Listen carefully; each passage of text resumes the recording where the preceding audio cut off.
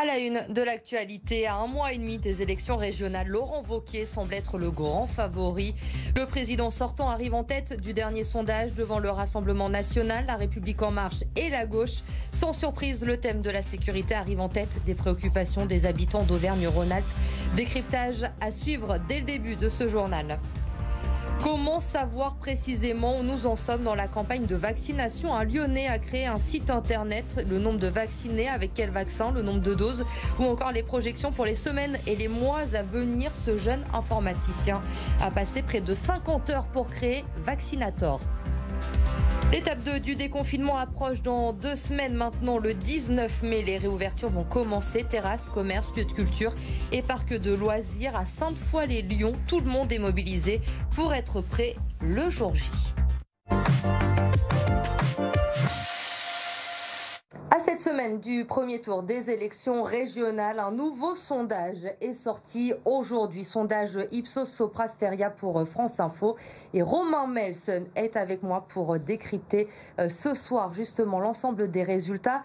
Bonsoir Romain. Bonsoir. Premier constat en regardant ce sondage, alors qu'il n'est même pas encore officiellement candidat.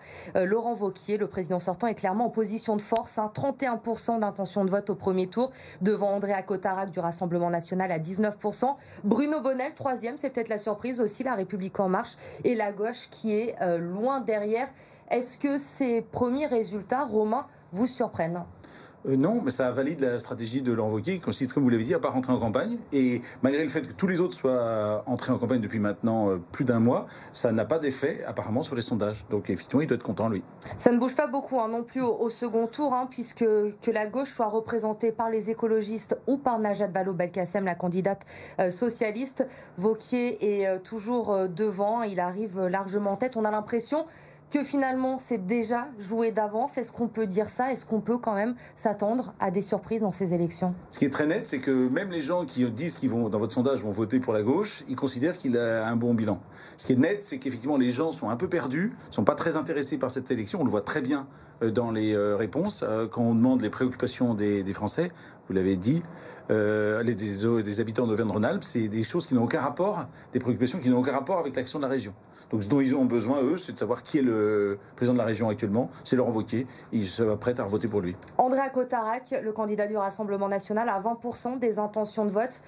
Il peut créer la surprise. Ça peut être lui, le candidat qui va venir bousculer Laurent Wauquiez. Non, Christophe Boudot, il y a 5 ans, il y a 6 ans, en 2015, était à un niveau élevé aussi. Il y a eu une triangulaire. Il n'avait pas de réserve de vote, de voix, donc il n'y a pas de surprise possible.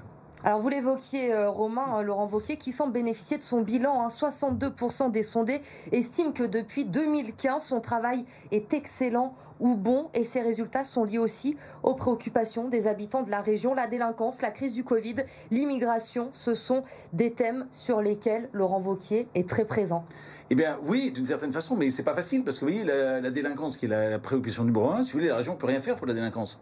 Ils n'ont pas de police, ils n'ont pas, oui, donc ils font rien. Alors vous, la crise du Covid, vous avez raison, il a joué un grand coup à Noël en disant je fais des tests, je fais tester tous les gens qui veulent aller voir leurs proches. Donc ça c'était bien vu parce qu'effectivement on sent que les gens sont très intéressés par la question du Covid. Mais la région n'a rien à faire avec le Covid normalement, vous voyez. Et alors ce qui est incroyable, c'est que dans votre sondage... Mais Laurent Wauquiez est très présent, on le voit ces derniers mois, depuis le début de cette crise, sur ces thèmes. Il montre qu'il est présent. Et finalement, il fait un peu campagne sans vraiment se déclarer candidat. Vous avez raison, mais quand on regarde les dernières préoccupations, celles qui intéressent vraiment pas les gens actuellement, c'est-à-dire l'école, la culture, le transport, le développement économique, ça c'est vraiment les thèmes de la région. Ce à quoi il s'est occupé Laurent Wauquiez depuis 6 ans, c'est ça. C'est le transport, les lycées, parce qu'ils financent les lycées, les transports parce qu'ils financent les TER. Et vous voyez, les gens ne s'en occupent pas du tout. Et alors effectivement, il s'est dit, du coup, il faut que j'aille parler aux gens là où ça les intéresse, c'est-à-dire le Covid, quoi. Laurent Wauquiez, dernière question. Selon vous, il va se déclarer officiellement au moment du dépôt des listes la semaine prochaine. Il attend le dernier moment. Finalement, il se dit, j'ai pas forcément besoin de faire une grande campagne. Voilà, tout à fait. Et je pense que c'était sa stratégie depuis le début, attendre, parce qu'il avait tellement d'avance, ça a marché. Donc il n'est pas rentré encore. Il avait évidemment un plan B qui consistait à dire si ça s'agitait dans les sondages, il rentrait plus tôt. Il n'a pas eu besoin de ça. Il a donc ses listes toutes prêtes et il les déposera au dernier moment en disant je m'occupe des préoccupations des Auvergne-Rhône-Alpins. La gauche quand même, un mot également avec ces chiffres qui sont très bas. Ça risque d'être la grande perdante. La gauche ne fera pas le poids, clairement, qu'il y a alliance ou pas. Oui, ce qu'on voit, c'est qu'effectivement, ils ont du mal. 13%, 10% à peine pour le premier tour. Et en plus, on voit que ces gens, les gens qui s'apprêtent à voter soit pour Fabienne Kleber des Verts, soit pour Najat Vallaud-Belkacem, sont pas tellement sûrs de leur vote. Donc on sent qu'il y a une difficulté à se structurer. Alors, ce qui est net, c'est que Najat Vallaud-Belkacem, elle est très très très connue, presque autant que Laurent Wauquiez, et les autres sont pas du tout connus. Mais ça suffit pas d'être connu, visiblement. Et on va voir ces prochaines semaines qui vont être passionnantes. Romain Metz, merci pour cette analyse en tout cas de ce sondage sur BFM Lyon. Merci Romain. Dans le reste de l'actualité, il y a une dizaine de jours maintenant, un poids lourd avait traversé le pont de Couzon, pourtant interdit au plus de 3,5 tonnes. L'édifice qui avait été endommagé, la circulation depuis interdite aux véhicules par mesure de précaution. Un problème de plus en plus fréquent sur les ponts de la métropole. C'est le cas notamment sur le pont de Vernaison, interdit lui aussi au plus de 3,5 tonnes. Et pourtant, il y a de nombreux poids lourds qui continuent de traverser. Du coup, les contrôles se renforcent sur place pour BFM Lyon, Corentin Marabeuf. Des contrôles qui s'intensifient ces dernières semaines. Objectif de la gendarmerie nationale, traquer tous les véhicules qui font plus de 3,5 tonnes et qui ont interdiction d'emprunter le pont de Vernaison depuis mars 2020. Alors l'ouvrage est très surveillé à cause de sa fragilité et encore trop d'infractions sont constatées au quotidien. C'est donc une première phase de répression de la part de la préfecture du Rhône. Et à partir du mois de juin, la métropole de Lyon va passer le pont en sens unique, c'est-à-dire que la circulation sera interdite dans le sens Solèze-Vernaison. Une décision qui n'est pas vraiment au goût des élus locaux et des riverains. Le pont de Vernaison, c'est 6 à 7 000 véhicules qui l'empruntent chaque jour et qui seront donc forcés de faire un grand détour, notamment par Irigny. Mais cette décision s'imposait pour la sécurité des usagers, selon Jean-Charles Colas, vice-président en charge des déplacements et de la logistique urbaine à la métropole de Lyon. Nous, ce que nous voulons à la métropole, c'est qu'on n'atteigne pas le seuil d'alerte numéro 3 et on a de grandes chances de l'atteindre cet été, ce qui obligerait la fermeture définitive du pont dans les deux sens. Et donc si on ne fait rien avant cet été, on sera obligé de le fermer dans les deux sens. C'est pour ça que nous voulons le mettre à sens unique pour essayer de sauver le pont avant l'été. Et en plus de la mise en place de ce sens unique, la signalisation et les contrôles vont continuer d'être renforcés sur ce pont de Vernaison dans les prochaines semaines.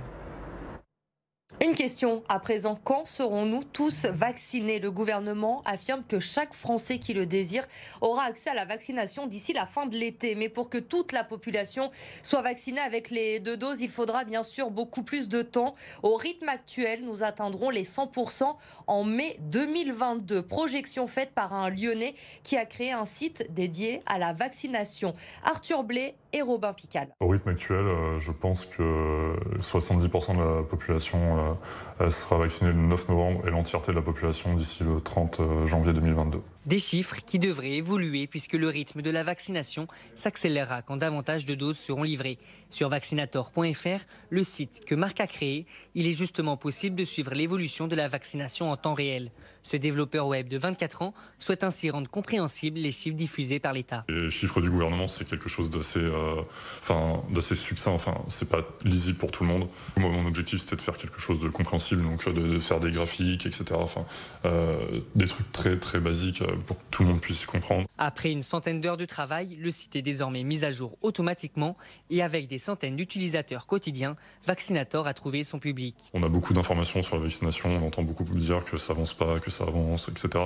Et là, les gens, ça leur permet vraiment d'avoir un visuel et de se faire leur propre idée, mais j'ai eu pas mal de retours plutôt positifs. Cet Oulinois espère pouvoir fermer son site lorsque l'épidémie sera terminée, mais si la vaccination est amenée à se répéter chaque année, il pourrait continuer à mettre à jour Vaccinator. Et on fait le point justement sur la vaccination dans le département du Rhône. Plus de 395 000 personnes ont reçu une dose de vaccin pour le moment, soit 21% de la population du département. Mais nous sommes encore en dessous du niveau de la moyenne nationale qui est à près de 24%. L'élargissement de la campagne de vaccination qui permet également au gouvernement d'alléger les mesures de restriction. Vous le savez, à partir du 19 mai notamment, plusieurs réouvertures sont prévues. Parmi elles, les parcs de loisirs. Il leur reste donc encore 2 semaines pour se préparer et être prêts à accueillir de nouveau le public. Exemple à Sainte-Foy-les-Lyons, Lucinolorgue et Lauriane Pellao. À 2 semaines de la réouverture, un travail méticuleux attend les équipes du parc pour que tout soit en ordre. Tester toutes les attractions, vérifier filets et boulons. L'idée, c'est d'ouvrir tous les parcours, de les tester, s'assurer que tout fonctionne correctement avant de faire monter nos visiteurs. Des fois, en fait, justement, de ne pas utiliser le matériel pendant un certain temps, on va avoir des choses qui vont se dégrader un peu plus facilement par rapport à la météo, etc. Les baudriers pour l'Acrobranche sont restés dans la réserve depuis la fermeture le 3 avril. Eux aussi sont scrupuleusement testés. Voilà, on vérifie d'abord le crochet, la longe, et puis après les différentes anses. Côté main-d'œuvre, 10 saisonniers ont été recrutés. Ils suivent en ce moment une formation. On va avoir toute la partie désinfection des zones de contact. Maxence sera chargé d'encadrer les visiteurs et de leur expliquer les consignes de sécurité. Ça nous permet de ressortir, d'accueillir les clients, de voir leur sourire, parce que même s'il y a le masque, on le voit en dessous. On voit les yeux et c'est ce qui nous fait notre bonheur. Et on est vraiment content de ressortir, de revoir ces gens. Rester chez soi, c'est sympa. Pas très longtemps, et au bout d'un moment on est content de pouvoir ressortir, et c'est sûr que ça rassure aussi de pouvoir avoir un emploi. C'est quand même une bonne nouvelle. Dans le parc, distanciation et port du masque sont obligatoires. Les attractions devraient rester ouvertes jusqu'à début novembre.